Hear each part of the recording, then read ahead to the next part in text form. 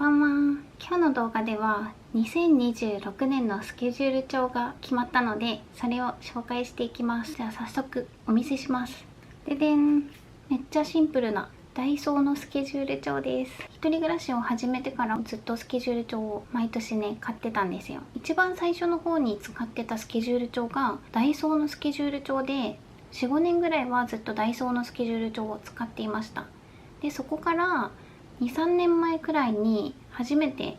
ダイソーじゃないスケジュール帳を買ってみたいなっていうことで買って、それがどこのかがちょっと思い出せないんだけど、シンプルな表紙のスケジュール帳で、その後にアデリアレトロのスケジュール帳も買いましたね。それは結構覚えてます。アデリアレトロのスケジュール帳、私的にめっちゃ気に入ってたんだけど、去年は多分ねそれが出てなかったんですよ。で、2025年に使ってたスケジュール帳がこちらです。お気に入りのシールをたくさん散りばめて貼ったお気に入りのスケジュール帳なんです。このスケジュール帳は無印で買いました。前から見たらわからないんだけど、後ろから見たら実はカバーがちゃんと付けられてなかったんです。サイズが微妙に合ってなかったからちょっと入らなくて、とりあえずこの表紙のシールだけ保護したかったので、前だけ透明のカバーをつけてました。でこれが去年ので、今年のスケジュール帳はどこのにしようかなって思って、いろんな雑貨屋さんとかあと無印も見ましたね。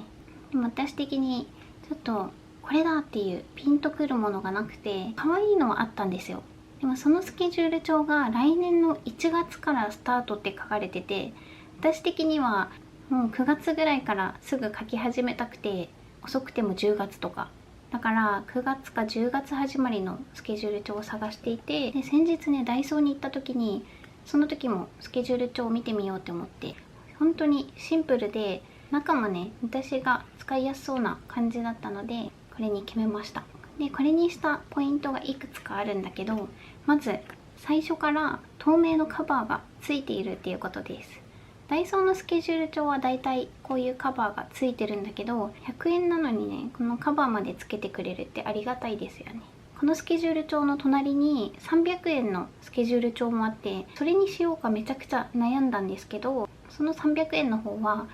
このページの 2倍ぐらいはありました。だけど私が使いたいスケジュール帳って予定が書けたらいいのと、あとは裏にちょっとしたメモが書けるようなページがあれば十分なので、これがぴったりでしたね。はい、開いてみるとこんな感じで2026年と2027年の2年分の小さめのカレンダーがあって、ここに一覧化して見えるページがあります。でそこからすぐ10月スタートですね。これは9月じゃなくて10月だったけど、まあでも10月でもね早いっていうか、私が今回見てたスケジュール帳をね11月始まりとか来年の1月始まりのスケジュール帳が結構多かったイメージで、11月12月ってあって、2027年の1月までの予定が書けるようになってます。でここからはメモが書けるようなページになってます。いいですね、このめちゃくちゃシンプルな感じで。これだけだとちょっとシンプルすぎるので、今からシールを貼ったりしてオリジナルのスケジュール帳を作っていきます。こんな感じで可愛くしたいです。ちなみにサイズは B6 の48ページ入ってて、月曜始まりのタイプです。日曜日から始まるタイプもあるけど、私は月曜日から始まるのが好きで、さっきねどんなシール使おうかなって探してたんだけど、これ前回の紙箔で買ったポストカードがあって、これをねこっちに貼るのもめっちゃいいなと思ったんですよ。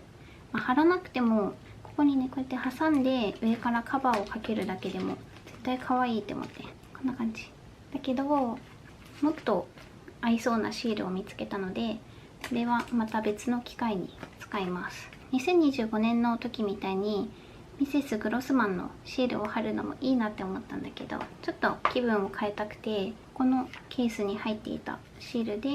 いくつか合いそうなのを持ってきました。クッキーとかかわいい、海外のお菓子とか、あとはソフトクリームとかのシールを貼っていこうかなって思って。これはね、バランス感が重要になりますね。もう9月だなんて本当に信じられないぐらい早い。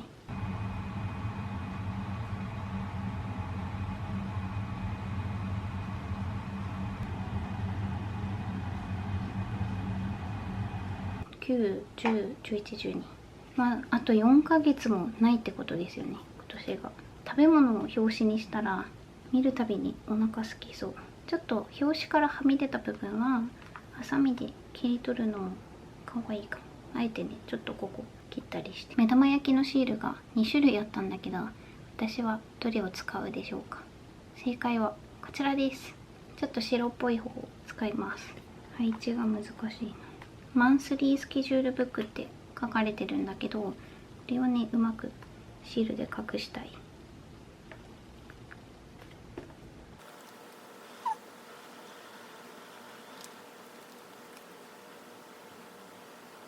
こんな感じで貼りました。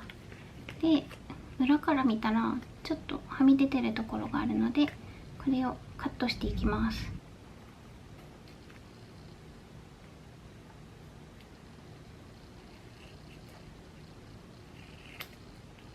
あんまり綺麗に切れなかったとしても、上からカバーするからそんなに気にしなくて良さそうです。周りの余分なところをカットしたらこんな感じになりました。かわいい。で、上からカバーをかけます。こんなに簡単にオリジナルのスケジュール帳ができるのが嬉しい。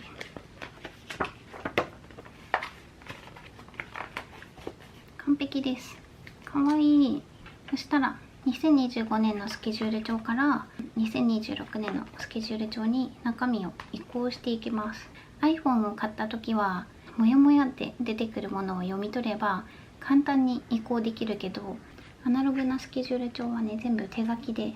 移行していかないとダメですね。これはね、毎年新しいスケジュール帳にしたら動画で話してることなんだけど、私がまず書くのはもう決まってる予定、10月とか11月の決まってる予定をスケジュール帳に書いていきます。ね、ボールペンで書くんだけど、特に重要な予定とかはピンクとか、あと黄緑とかいろんな色の蛍光ペンで使い分けて、その予定を忘れないように書いてます。あとは家族とかお友達の誕生日ですね。それもこの辺に数字の上に書きます。あとちょっと可愛くしたいなって時は小さめのスケジュール帳用のシールがあるんだけど、それも貼ったりしてます。そんな感じかな。あと他には後ろの方のメモが書けるページにはいつも誕生日プレゼントを送り合っているお友達の住所を書いたり、あとはお世話になっている方の住所も書いています。あとは2025年の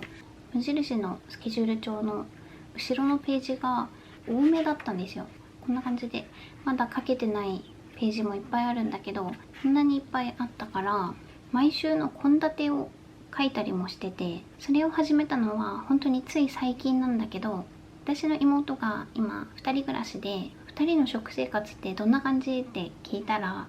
まず週に1回1週間分の食材を買うんですよ。食材を買ってその食材をね見て、だいたい1週間分の献立をその日1日にガーって決めるみたいなんです。でそれでその献立通りに作っていくっていう、それめっちゃ効率的でいいなって思って、私もね一時期真似してみようって思ったんだけど結局続かなくて、最近またそれやってみようかなって思ってスケジュール帳の裏の方にいろいろ